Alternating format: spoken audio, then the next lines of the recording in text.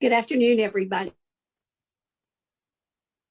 Resource Center in Alamance County, and we are for a while. Really excited today because we have on the call, if you on Monday, we had our founder, one of our founders, Becky Mock, talking about the early years of the Women's Resource Center history. And we're following that up today with the first executive director, who is Heidi Norwick. She's going to be our speaker today. And we're just going to have a conversation about all that went on during her tenure as leading this organization. Heidi is now the president of United Way of Alamance County, where she has really continued the work of serving the Women's Resource Center. We're one of the community partners of United Way, and we're very proud of that and proud of the work that she is doing in the community through United Way. Today, though, we are still celebrating. So I want to introduce Heidi Norwick, and let's just get started and talk about some of those great memories you have, Heidi, of all that went on, the struggles of a brand new nonprofit, not much money, you know, the fun stories that where you guys just really had to dig in and figure out how to do it. Welcome, Heidi. Thank you, Susan. It is such a pleasure to be here and be here with all of you online and those of you out in the community that are watching from Facebook Live. Technology is a wonderful thing. And so I started with the Women's Resource Center back in April of 1996, and I think it may have actually been on Women's Equality Day, but I can't say for sure. But in my memory, that's what I remember. It was close to it, so that was pretty fitting. So I was so privileged to get the job at the Women's Resource Center. I had moved here with 3 very small children in tow, and I was a trailing spouse. My husband's job moved down here, and I was ready to go back to work. And he had some change in employment after we were here just a short time. So it was time for me to go back to work. And I responded to an ad in the classified section, because that's how we did it back then, from this Women's Resource Center organization. And I thought, well, you know, they would probably understand what it will be like to be a working mom with 3 small children. And I was interviewed by Becky and Martha Smith, and I believe Jennifer Talley at the time. And, you know, the rest is history. They hired me, and I worked part-time and worked around my children's schedule. And, you know, I could never have imagined at that point what the rest of my next 16 years would have looked like. So that was such a great opportunity for me, and I got to meet so many wonderful women from the beginning that Becky spoke of the other day, especially Martha Smith, who popped into the office quite often, and Becky was working upstairs, and they really just taught me so much about community. I had done volunteer work and things like that, but the growth that I experienced from just being around those women and their fearlessness and their resilience, as you learned the other day, and their belief in the power of women and what we could do together and collectively. So I was working down at the Executive Plaza, as Becky said, in not the greatest of areas in Burlington, and but it was fun. You know, we had that nice small office, and we were able to do some programming. When we started, there was a divorce support group, and then I think they were doing a divorce series as well, where women could come, you know, at different times for to learn about the legal system and emotional support and some various other economic, you know, budgeting and those sorts of things. And then we received the Displaced Homemaker grant. And so that kind of gave us some nice funding, a little bit of funding, maybe not nice funding, but some funding. We were excited to start really, you know, working with women in the community who were experiencing transition. And it is just incredible to me that 30 years later that work continues. You know, you hit on something, or the founders hit on something that was needed in this community and so important that it continues. It's just incredible. So we were in that small office with a lean budget, and we received the grant. And we were in that office. I think I was telling you a funny story yesterday, Susan. Becky showed the computer the other day, you know, the big monitor with the, I remember at one point we had one computer that I think they spent thousands and thousands of dollars on just to buy a computer back in the day. And it died, like it needed like new innards, new motherboard or something. And I actually was down on the floor and worked with support and fixed that computer, you know, resilience of women and what you do in nonprofits. I remember going, boy, this is interesting. I had worked in corporate world, you know, before I had children. So, but I learned something new, a new task. You probably had a tech team in corporate, right? Right. Somebody else was, and they gave you a new computer. Right. So, yeah, so that was, I've got a few notes and I don't want to ramble too much, but so it may be a little disjointed, and Kate's got plenty of pictures. Thank you to Becky for supplying those and being the keeper of all that. You can see here several things on the screen right now. In the middle, top middle, that is a Girl Scout troop, and Becky's daughter Meredith is in there, my daughter Hannah, and some other girls from the community, and that was on a Take Your Daughter to Work Day. Becky led that with a few other mothers, and they went and visited several professional women in the community. And so, you know, we had the Displaced Homemaker program, and we were also considered a membership, like you are now, membership organization. So we had members who wanted to do some things with other women. So you can see that black and white picture, that's a belly dancing group. So we had the lady on the right-hand side in the back row, Nancy Mccoy, taught belly dancing. She was a belly dancer. And so we got connected with her and we started offering belly dancing classes. I can't imagine how that rippled through the community. Oh my goodness. Well, you know, as you can see, we had costumes we had finger cymbals. She taught us how to rotate our hips and, you know, all of that. And the most incredible thing was that Becky and I, our daughters did attend with us. And I think my daughter was maybe 10 and Meredith maybe a year or two older.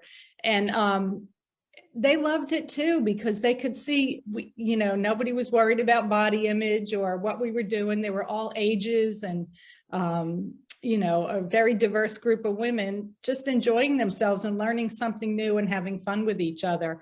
And this picture is actually a troop that developed from that. There were women that really became hardcore. They traveled with Nancy out of state to go to like belly dancing conferences. Her daughter is in the picture, the young girl that's there, Ella, and she was a professional belly dancer. Anyway, at one point they were engaged. Well, let's see, they got a job. They were asked to do a performance, or they applied to do a performance at the Carousel Festival. And they performed on the children's stage. And we had a little bit of backlash about that. There was a letter to the editor, and it basically was titled, "What was the Women's Resource Center thinking?" And, you know, they were a little outraged that these women were up there and, you know, anyway, and kids were seeing this. But, you know, when you think about it, what an incredible thing that they were just, you know, enjoying themselves and dancing. They were not, you know, there was nothing inappropriate about it at all. So anyway, one of those things that, you know, we had to deal with. Backlash happens. We also had a drumming circle at one point, and little known fact, a woman, Robin Mayberry, that worked at LabCorp, facilitated that for us. And we met upstairs at the Comforter House where Family Abuse Services used to be. And we had white sage that she was smudging, and we were enjoying our drumming, and several of us, you know, did that regularly, and that was really fun. We connected with a gentleman in Mebane who made drums from roadkill, and he was able to help us out with drums. And anyway, crazy time. So some of the different things that might not necessarily be in the history books, or you would think about Women's Resource Center, but members wanted to do it. And that's where, years later you had the dining out and the hiking club, and there were movie buddies at one point.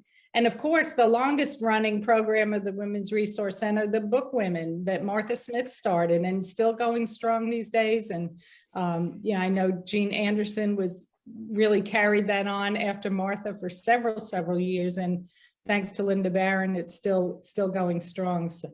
So that's been a really nice thing to see that's continuing.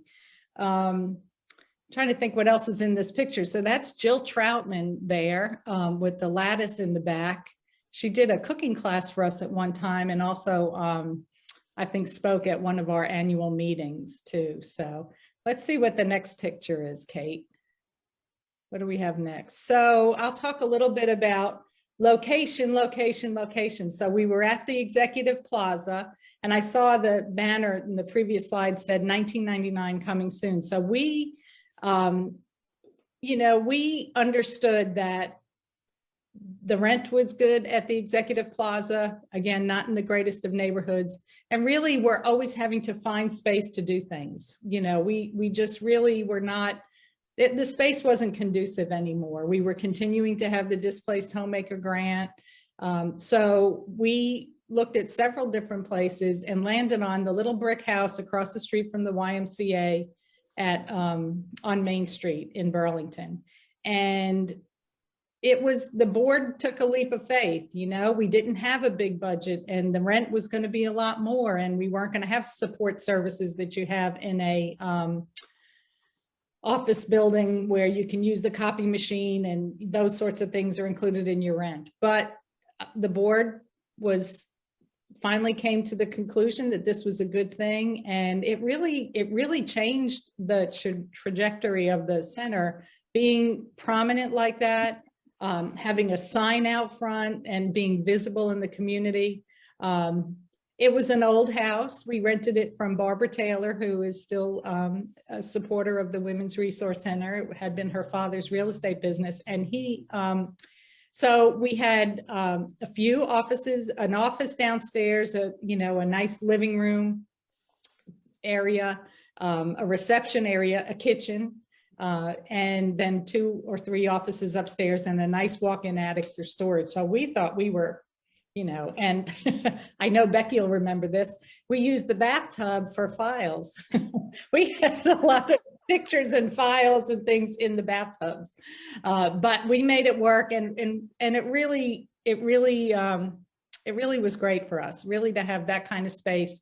It also provided for women that were coming for assistance, or to work on their transition, a more private place than coming to an office building. It was just like, oh, who knows why they're there. They come, drive around the back, come in, and get the help that they needed, the counseling they needed. I can see how that would be really homey and welcoming.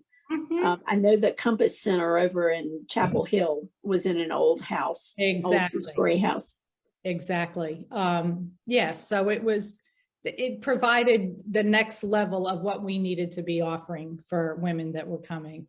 I see Emma said it was such a cozy spot. It was, we had 2 couches and had them recovered, the old furniture that Becky talked about, and had fabric donated and got those recovered. And it was really a very comfortable spot. And I think there'll be some more pictures of that. This group that's around the sign here, I believe, I don't remember if it was homeschool students exactly, but they did a service project for us. We at one point had a grant with the Alamance Partnership for Children called Welcome Baby.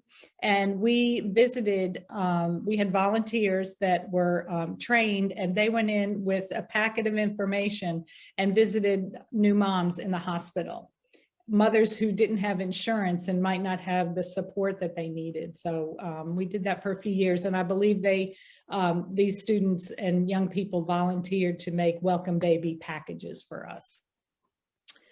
Okay, Kate, let's see what's next. So we were there. So you see coming up. Yeah, that's one of our board of directors pictures. That's outside of the Captain White House. And for several years, we used that space for various things, as you all do, the holiday gathering and the Right. an annual meeting, and we'd have a speaker and, you know, kind of a membership drive sometime in the summer. And so that was always been a good partner with the, and there's so many. So in the back left is Mary Jo Fessel, Deborah Deaton, Melinda Freeman, Linda Nelson, Chalmers, Brumbaugh, Danielle Hornaday. I think I can name them all. Kate Larson, Dawn Wilson, who Becky spoke of the other day, Cotty Hodges and Martha Smith, Susan Taylor, Coral Erickson is there, and of course Becky and I there in the front. And I will say, I know today I've got my long gray hair in this picture. Every picture has a different color and a different hairstyle, and I own it. It's just how it is. It's the fun of being a woman, right? I guess so. Yeah, I think I really overdid it, but whatever. There's a lot of different hairstyles for sure. Somebody once said to me, you can, or maybe it was even my mother, that, you know, we can't change a lot of things, but you can change your hair and it'll grow back. So why not? Anyway, okay, let's see what's next. Oh, there's Tanella. So, so you can see Becky wearing an herb festival apron. So the first herb festival, you know, that you talk about leaps of faith and what we were gonna, you know, needed ways to raise money. And we had been doing the human race for a couple of years, not unlike what they do in Greensboro. In fact, Allison Gant, who I believe is on the board or had been on the board. She's on the board, right? Yeah, helped us do the first human race. And the way that works is other nonprofits raise money along with you. You get a percentage of what they raise. And it's a walk and a 5K and those things. And we did that for a few years. But none of us were really runners or really into, but, you know, we raised some money and we thought this was a good way to bring nonprofits together to raise money collectively. And it was a good idea until the last one. And I don't remember if it was 5 or 6. And every year the board or the volunteers would kind of lament doing it, but well, we've got it, people. And we were raising less and less money with it. And the last year it was a Saturday morning. We were out at Williams High School. We were going to walk the track and there was lightning and thunder in the morning and everybody had to scurry to their cars. And that was the sign that we didn't need to do that anymore. And in the meantime, we had started doing a few years before the Herb Festival. So both of these were in the spring and that was a lot to do on top of each other. And everybody loved the Herb Festival, all the volunteers. So we kind of put our focus in there. But back to the apron. So Becky's got that. So we made our own aprons. We stamped them and had handwritten. Oh, wow. Yeah, absolutely. There's still a few of them here. Like that. Well, those were hand done. Yeah, absolutely. So that was, you know, you try and do everything on a, I don't know, you know, you take, how did Becky used to say, you take a penny and stretch it to a dime or something to that effect. So, you know, we were like, we wanted it to be a lovely event. We had, because we all, several of us love to garden, had been to the Herb Festival in Greensboro that was at the Greek church every year where they brought vendors in and we said, oh yeah, that's a great one. It is. And we said, maybe we can do something like this in Alamance County. And, so, and then we also thought about the way Service League was doing holidays. So we came up with this idea to sell some plants and have a lunch. And we did it all in the same room. So it was all in Calvin Hall. No John Knox room, no out in the hallway, one room, half the side with plants and half the side with tables set up for lunch. And we made the lunch. We made a pasta with pesto, you know, using herbs and a salad. And I forgot, usually every year a dessert. We did that for a couple of years. But just a place where like people would want to come support the center.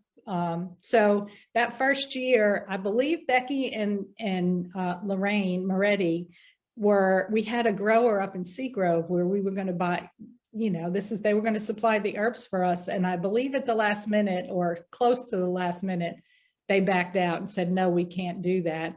And I'm not sure how. I want to say it was through Mebane Shrubbery. We came upon J&B Herb Farm and they agreed to do it. And they're still our largest vendor and a great supporter of the center. And really, we buy a lot of plants from them. So, but that's how that happened. Always something turmoil, right? And Right.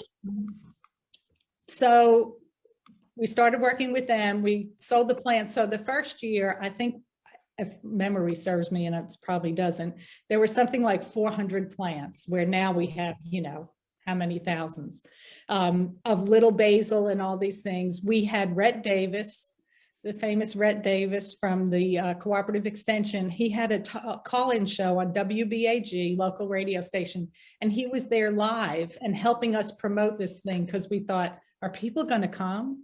Are people going to buy plants? We didn't really have the social media to advertise the way Right. now. We probably had a few sponsors and probably put the signs out and banners around town, and however that was. And well, we planned to be there all day, sell plants all day and have the lunch. And we sold out in 4 hours. He did such a good job and everybody wanted to buy plants. We were down to weeds by lunchtime, which was great for a fundraiser, but not for people who want to come in the afternoon and buy plants. But we quickly realized we'd hit on something. So as you know, and how many years later, it's grown and grown. We added days. We used to do pre-orders. That got too complicated because of all the variety of plants. When we added Ruth Keister and Deborah Wilson to the mix, and they're the real plant people, they speak in Latin and know all that. We added so many varieties and growers that the pre-orders became complicated, and that's when we started the preview party. But so much history and so many great memories. And I think there's several pictures as we go through of the Herb Festival. So that was great. Fundraising, you know, it's the necessary evil, and you can make it fun if you do something that you really enjoy. Well, I can jump in here for just a second, because when I started, the board, you know, I didn't know a soul in Alamance County, and Linda Barron, Stubblefield at the time, was the chair of the board, and she literally dragged me all over the county. And I was, you know, showing up to these board committees, because our board of directors is really a working hands-on board. And they said, don't worry about the Herb Festival committee. And I started in January, and they said, don't worry about it. So my first Herb Festival committee meeting was in March, and man, it was like a well-oiled machine. They had it down to a fine science. It was just, I really only had to show up at the thing because they had it so well planned. Yeah, I mean, you know, the grower I spoke of, J&B up in Roxborough. We're part of his business plan. Like, he knows that he's got a greenhouse full of basil waiting for us. You know, this year's going to be a little more of a challenge with COVID, but we're making it happen. And, you know, but yeah, I mean, there's inventories. We can go back how many years and know what we sold and know what was left over. And it's own small little business there. It's fantastic. But, you know, it's so heartwarming for me, and I'm sure others, to just see it continue and continue. And I'm privileged that you all let me still join the plant committee. Absolutely. I'd be devastated if you weren't on it. So let's see. Let's move on, Kate, and see what we have next. More board pictures. Maria Baskin, there's Jennifer Talley in the back. There's Allison Gant in the back with the short dark hair, third from the left, and Jenna Johnson and Rachel. Sorry, I heard last name escapes me. I'm sure Becky remembers it. She was an attorney, and several people, Karen Hodson, Sonia Snipes, Rita Manella. Yeah, Sina Granowski. Awesome. There's B. Holt in the back, all the way on the right, that Becky spoke of. Okay, let's see what's next.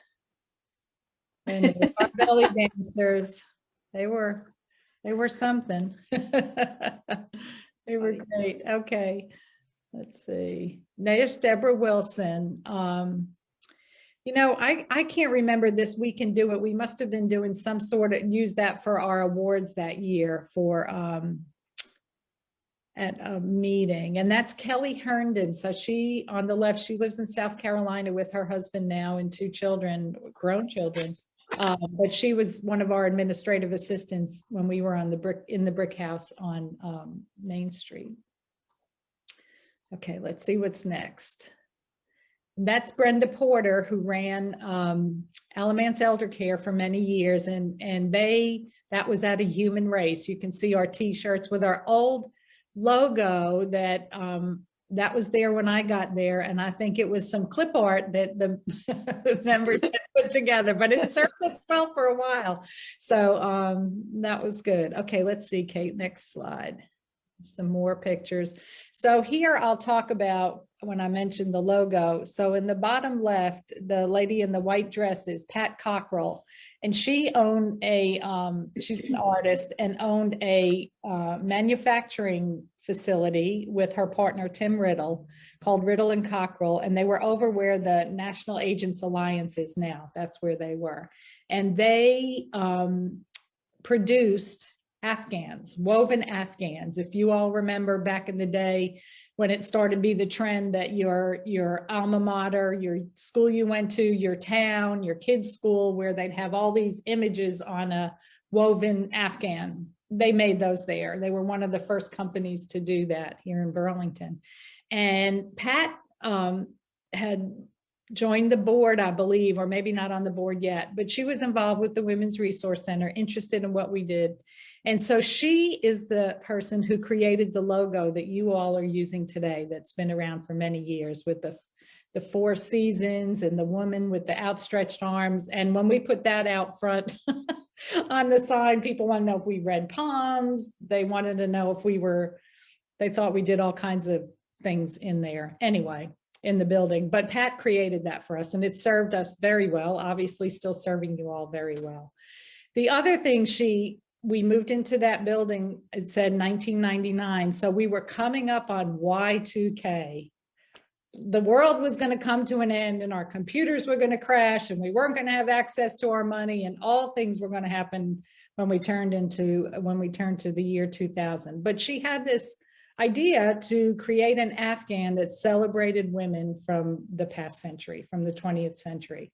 So I believe there's a couple pictures coming up here soon with that in there. And so she and, Becky worked a lot on this with her for the history and who should be on there.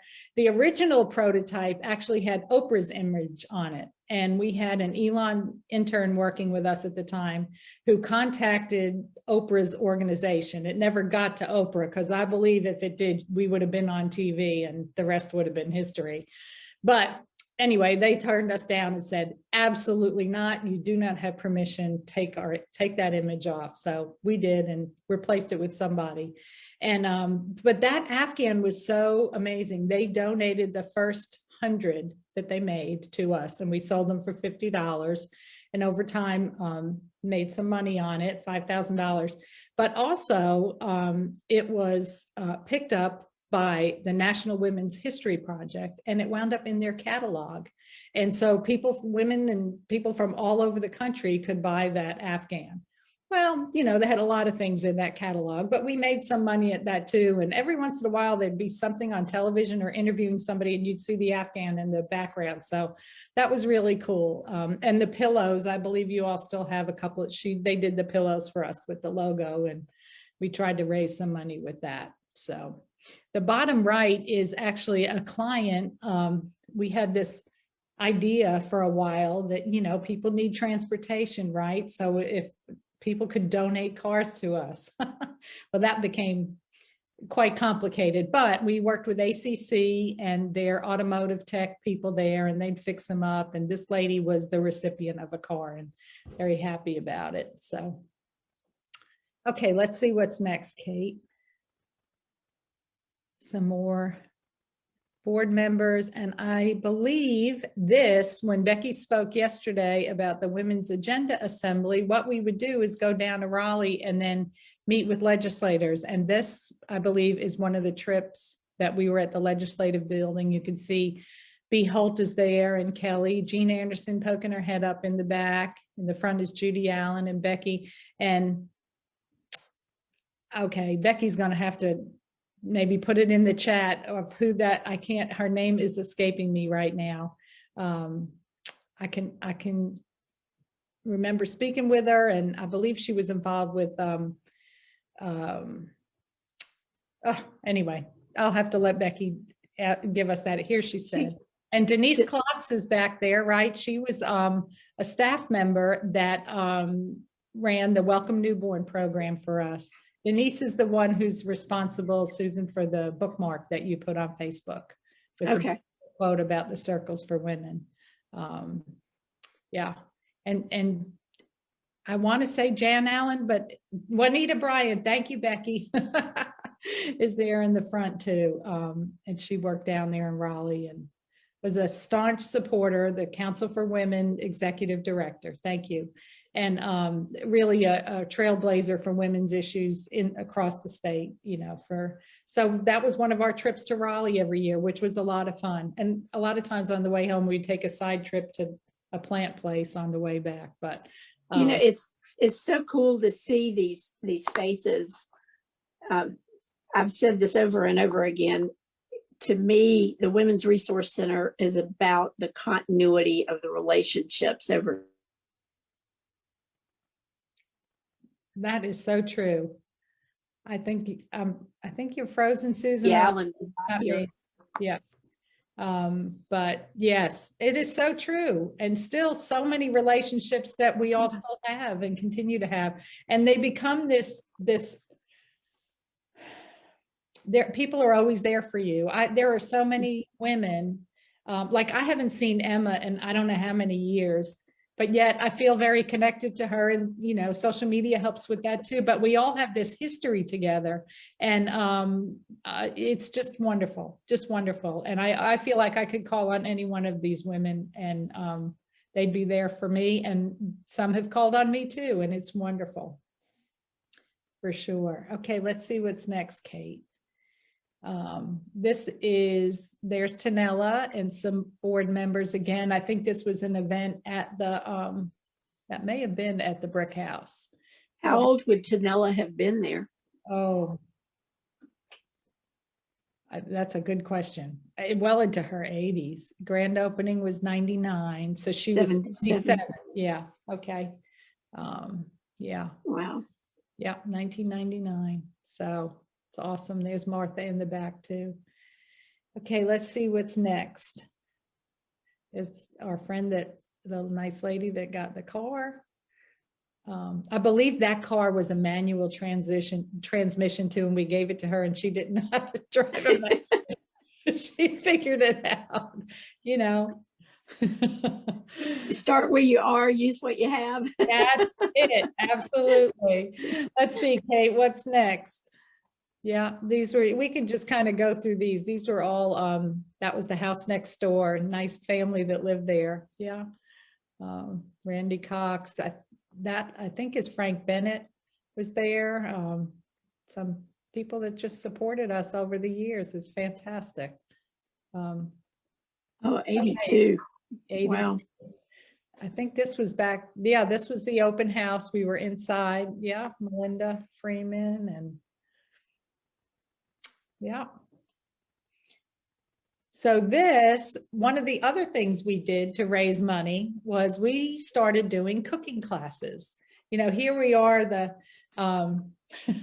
renegades doing belly dancing and drumming, but also we were very grounded in gardening and cooking and these other things that we love. So that's Rita Manella. And the woman there next to her is Mama Dip from the restaurant in Chapel Hill. And she had come out with a cookbook. So we had a cooking class at the John Kernodle Senior Center, and Mama Dip came. She was selling her books and sold, you know, signed them and created this food. So it was wonderful, a cooking demonstration. And I'll never forget the woman that was her assistant and taking her around. When she talked about the book, she said it was quite a challenge because, you know, think about your family recipes or things you make that aren't written down. Well, she didn't have anything written down. And she said she did a lot of dump cooking. You just dump this in and dump that in. So they had a real challenge with trying to put measurements in there. And, you know, some of the recipes were like, you go out in the back and you break the chicken's neck, and then you come in and you do this, that, and the other, and whatever. So she was wonderful, absolutely wonderful. But we did cooking classes for several years. We did them at the Art Center. There used to be a restaurant downtown Burlington called Four Cooks Delight, and we did them in there. Wherever, you know, over the years, wherever we could borrow space, whoever would let us in for free, where we could do what we needed to do. Is there a kitchen? We got some hot plates, whatever. But we had a loyal following of people, and that's where then the dining out came from, the things at Prego, and things of that nature. So yeah, and then, you know, I don't want to, I'm trying to watch my time here. Okay, let's keep going. Let's see, I think there's more cooking classes. This is back to, that is Coach Maynard. He was at maybe mayor or mayor pro tem at the time. So that was the ribbon cutting we had with the chamber. Up on the top left, we had a bluegrass and barbecue outing out at the McQueen's farm, and Chet McQueen, the doctor here in town, ear, nose, and throat, he cooked up all this barbecue, and his wife Shannon, they were so gracious to host us. Shannon may have been at the board, and we did an event out there as well. Okay, Kate, let's see what's next. There's the Afghan in the back. You can see there were so many great women to put on there. So we had images of some, and then names around the border as well, because there were just so many people to honor. That was really cool. Let's see. Yeah, that's the ribbon cutting. Okay, let's see what's next. Mama Dip. Oh, I guess, oh no, yeah, Mama Dip was there, and there we are in those Art Festival aprons as well. That's Dawn Wilson, and her children are, you know, married and grown now. She's a former board member. Let's see. There it is. Yeah, there it is. That's a great picture of it. Yeah, it was awesome. I think there's one picture in here too, maybe in the second round that Becky sent, where we actually got Gloria Steinem is on the Afghan, and we actually got to present it to her. She was speaking at Elon, and that was really cool. Okay, let's see, Kate. Back at the Human Race. That's my daughter there in the back, and Jean Anderson in the front. Jean was in a lot of things, and Jean never said no. She showed up for everything. As she loved the Women's Resource Center, and absolutely. Yeah. Yes, as so many people who continue to volunteer with you do. Okay, let's see what's next. There's the house in the snow. There was a pecan tree two pecan trees out front, and people would come by and you know, get the pecans, and we'd hear them dropping on the roof in the summer. Okay, let's see. This was another time that we went to Raleigh. So these were Representative Alice Boardson and State Senator Tony Forrest. Yeah. Women's Advocacy Day, correct. Yeah. And this was, so we didn't talk about Working Women's Wednesdays. So Working Women's Wednesdays, Becky mentioned it the other day. You know, we really needed to connect with professional women in the community. Certainly we had women on our board that were in professional, you know, positions and things like that. We had a lot of folks from Elon, the hospital, things like that. But there were so many women that we felt like needed to hear the message, and needed also, or not needed, there was an opportunity for us to educate them on what we did, what we were doing at the center, and get them connected with each other. So we pulled together a group of women in the community and started talking about this monthly luncheon series. And really, as you do today, as you still do, which is amazing that this is still going on, just to hear their stories, because we see successful women and we think, oh, see, they've got it going on. I could never. Or, you know, hearing about their trials and pitfalls and, ups and downs and what they go through, what they went through and how they got to be where they are. Becky taught me so much and brought me around the state to a lot of meetings that I had never been exposed to. And we'd hear incredible speakers and, then we'd run up and give them our business card and say, hey, would you be willing to come to Burlington and come speak? So there's Lieutenant Governor Bev Perdue. Our very first speaker was Secretary of State Elaine Marshall. And we've just had some incredible, well-known people, not so well-known, that are equally successful. We've laughed, we've cried, we've learned. People have gotten jobs at Working Women's Wednesday. They certainly network. Yes, they have. Truly, whether it's with someone at the time at your table or from a speaker or just amazing results from that luncheon. And there's still nothing like it in Alamance County. There's still nothing like that. And it's in several counties. So it's really amazing that, and fortunately you're able to still do it over Zoom, and hopefully someday you'll be back in person so folks can network. So many speakers stick out or in my memory, but I know Becky worked really hard, and we had Dr. Janetta Cole, and I would say that was probably the most well-attended. We were busting at the seams at the country club for that one. And I know she worked really hard. It took her almost 2 years to get her on. She was amazing. Yeah, Emma said she, starts out. I've heard her speak before, and she absolutely is incredible. But I have to ask this, because the highest attended ones that we've had each year have been the fashion show. So how did that come about? That's interesting.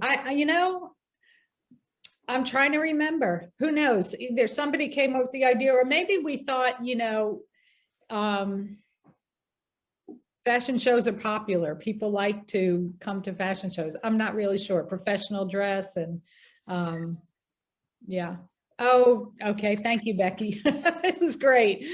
She's making me look really good always. We had a clothing closet. She's right. And we thought, we had people donate clothing so that women could go back to work and use that. Well, that became interesting too. And we were over at a church over on Graham Hopedale Road, I believe, Vaughan Road and Graham Hopedale Road. And we had a little too much work, right? And a lot of clothes that not always the right clothing for people to go back to work, and right, maybe not the cleanest always, or people were really discarding what you couldn't wear anymore. But we thought it was a good idea, and it did work, and it helped several women. So yes, that's where that idea got born from. So yeah, that was great. Trying to make sure I cover all the bases here of everything that we've belly dancing, and there we are in the front of the house, our pansies. We had the garden club had also donated in some of the other pictures, you see a big basket and planted a few trees for us. And we had a lot of good memories in that house. That's for sure. And then fortunately, I'm sure we'll get to this, but in 2008, I guess a little bit before that, again, growing pains. We still didn't have a place to have board meetings. Sometimes we would hold them in the living room, but it's not exactly conducive to meetings. So we'd meet at the library when we could get the space, and we dreamed someday of having a space that was a little more conducive to our work, maybe not files in the bathtub and such. So, we talked to different people and expressed that we were looking for that. And we were so fortunate to have some good friends at First Presbyterian Church, Reed and Kathy Dusenberry, and Dave Knotts, who had been the president of United Way at the time. And, he'd come over there and come and visit and knew that we were looking for space. So when they did their big renovation and built the building that you all are in now, that originally, and Kathy, correct me if I'm wrong, it was meant for the furniture ministry, which is in there, but it wasn't planned for down in the bottom of the building. But they wound up with this. Go ahead, Kat.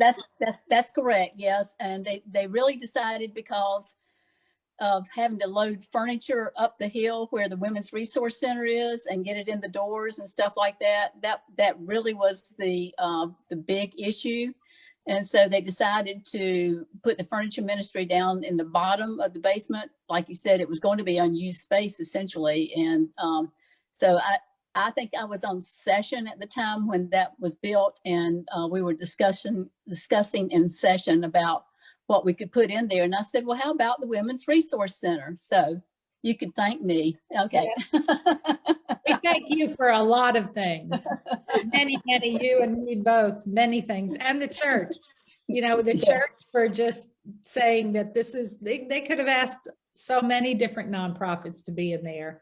And to, you know, they had the space for Meals on Wheels, who had been housed at the church for many years. It was just incredible. I remember the board having a little hesitation, is, you know, these are big decisions, and, you know, will we lose our identity? Will we get swallowed up? Will people think we're part of the church? All these things.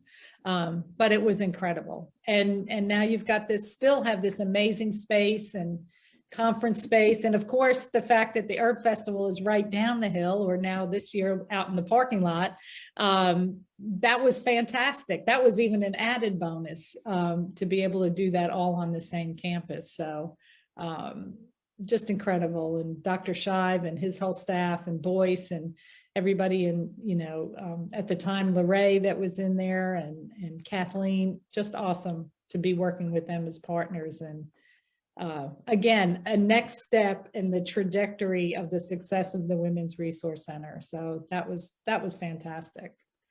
Yeah. And it continues to still be a good space there. So it absolutely does. That was one of the things when I started and realized that it was on the property of the church and had the support of the church like it does.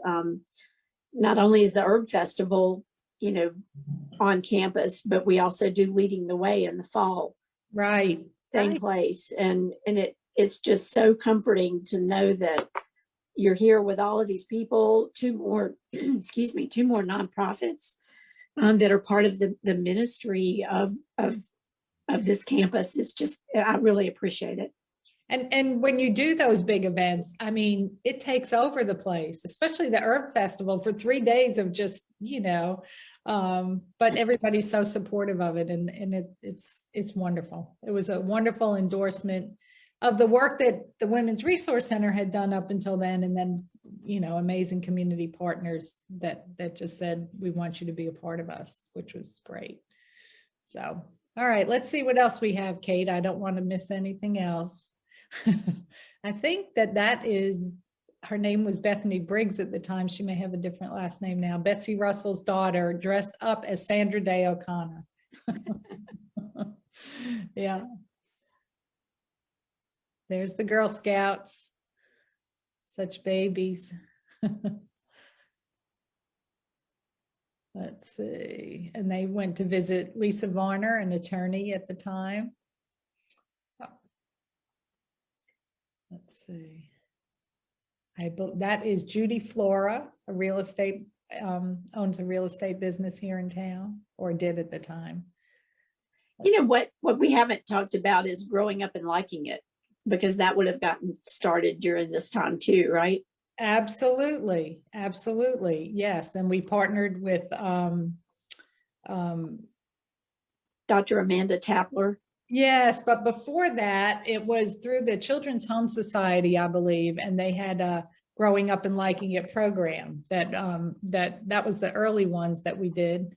I remember also us bringing our daughters to that, Becky, and you know, really fantastic. And then we even did Growing Up and Acting Like It for a little while, was for the teenagers.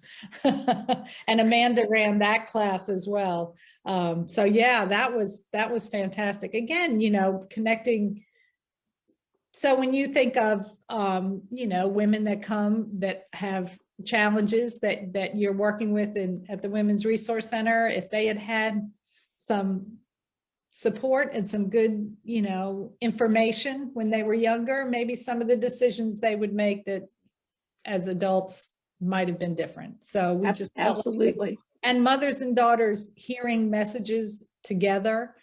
We even tried, I believe, for young boys at the time too, but that just got we tried it anyway. We did a couple sessions, you know, but who comes? Moms wanted to come with the boys. Well, it needs to be the boy and the husband or the father figure. And anyway, that got a little complicated, but yeah, growing up and liking it for many, many years, and so important. And then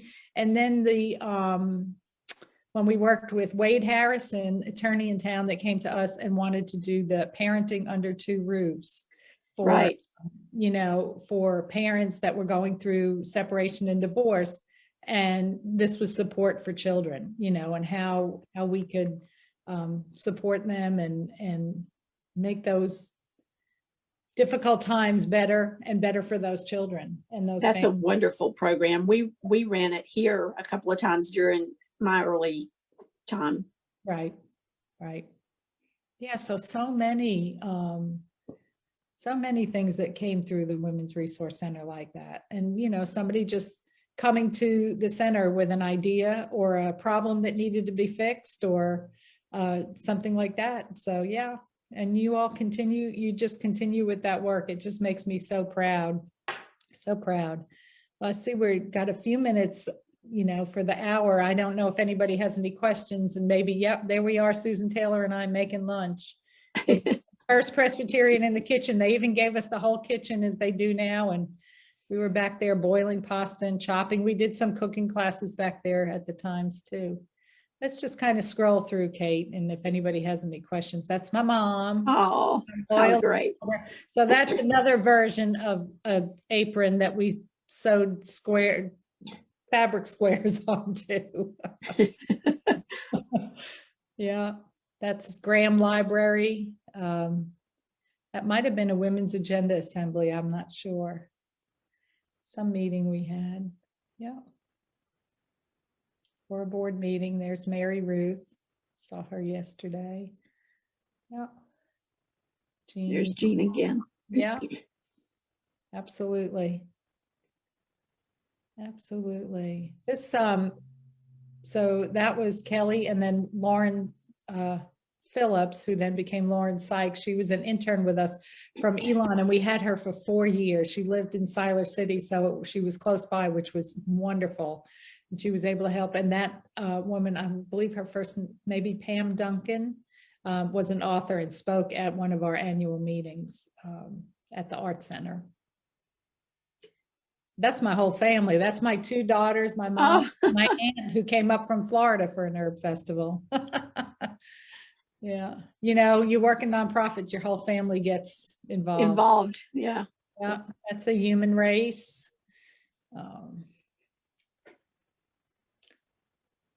Newsletters. Becky is the keeper of all the information, and I think she found some notebooks with newsletters in them and some other information on programming and quite a bit.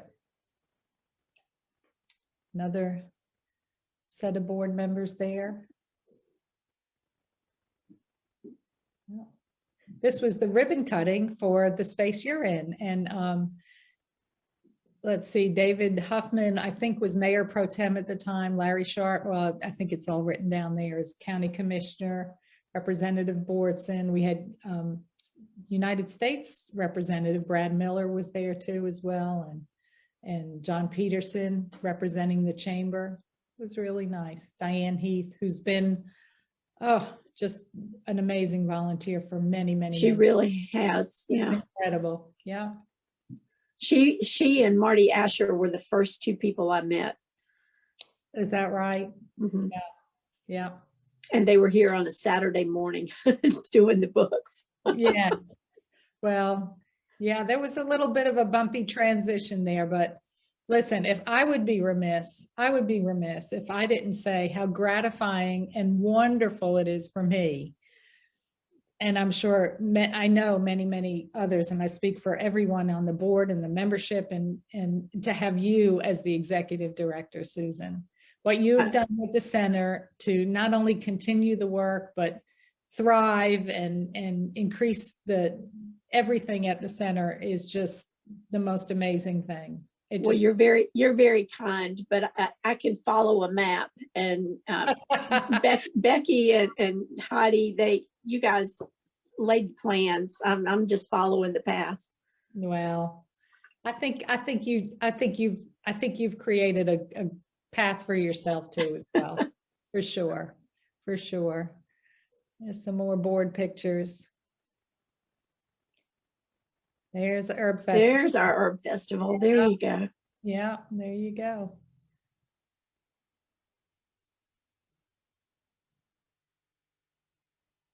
An early brochure, Working Women's Wednesday brochure. Yeah. Yeah. All right. Well, Heidi, this has just been wonderful. Speaking with Becky the other day, and now you, and looking at all the pictures and thinking about the continuity of the relationships over time. Every woman that comes in the door, or that serves on the board, or that volunteers or donates as a supporting member, you put your thumbprint on the work of the Women's Resource Center. And 30 years is just an incredible mile marker for a nonprofit organization. I think everybody that's on the call today knows how hard it is to fundraise and run programs and manage volunteers. When you look back on your tenure here, you've given us a lot of the highlights, and we've talked about the Displaced Homemaker program and all of that. What really stands out is maybe the biggest challenge, during that time?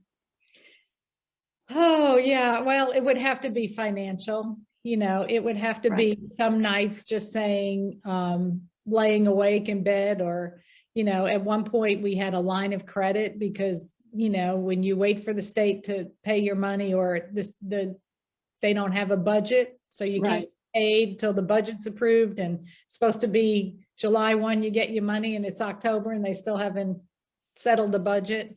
It's coming. Well, we've got bills to pay and people to pay, and people to help.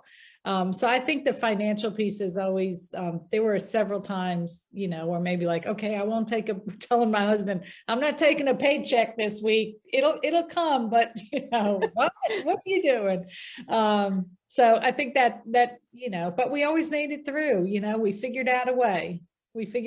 Not unlike our clients. It just, I think that really does sum it up. Becky and I kind of did a run through last week before her presentation on Monday. And Becky, one thing that really stuck out in my mind that I think we missed on Monday was Becky had a pink magic wand, I think. Yeah.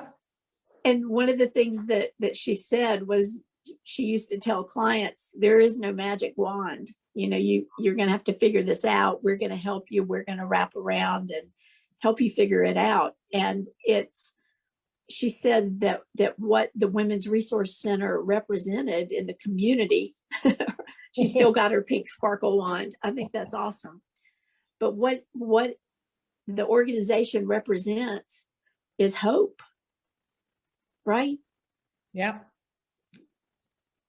When you think about it, this is our 30th anniversary, and as the president of United Way, this is a fundraiser for us, and we're going to keep kind of saying, donate to celebrate, help us do another 30 years. Right. Why is there a need for a Women's Resource Center now, 30 years after this thing got started? You're the president of the local United Way. Why is there a need for a Women's Resource Center? Oh boy, do we have another hour? Because while strides and accomplishments have been made, women are still not earning what men earn, certainly women of color are not. There's huge disparities that still exist. Opportunities are not equal, and we still have a lot of work to do in recognizing what women do every day and valuing what we do and what we contribute. So, you know, as I say, I think progress has been made, but we still have a long way to go. Right. And disparities in our own community. You know, women are still, look at COVID. You know, during COVID, who was the parent, even if there was a two-parent, if it's a single parent, certainly challenges. But women left the workforce in droves so they could be home, so their kids could continue their education. And even if they're working from home, they're doing everything. They're, you know, managing the kids, making, you know, keeping the house, whatever, all those things. So Right. we still have a lot of work to be done. That's for sure. That's for Saying sure. that, I actually talked to one of our supporters yesterday and hadn't connected with her over the last few months. And I knew she had small children and just said, hey, how's it been? You know, what's going on with your family? She said she had a career. She ended up last.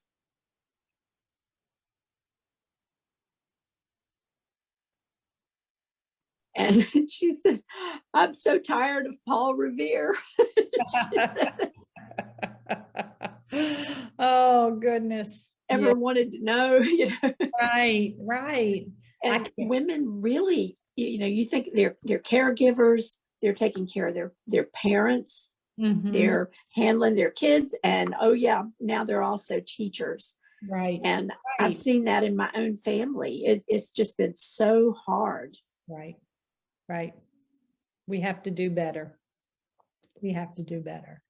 But as you say, today, we have the Women's Resource Center that provides hope that we will do better. Yeah. I've thoroughly enjoyed, this has been wonderful, just going through these memories and, you know, hearing Becky the other day and going through those photos and seeing faces of so many supporters. It's been wonderful. So I thank you so much for allowing me to do this today. I took the time and wanted to help us out with our 30th anniversary and continue to celebrate. So we appreciate all that you're doing in the community. We thank those of you that attended today that are on the call. Help us out by recording. And on Monday, the 15th, Linda Stubblefield and I are going to talk about the last 7 years and some of the things that have gone on. What our clients do every day.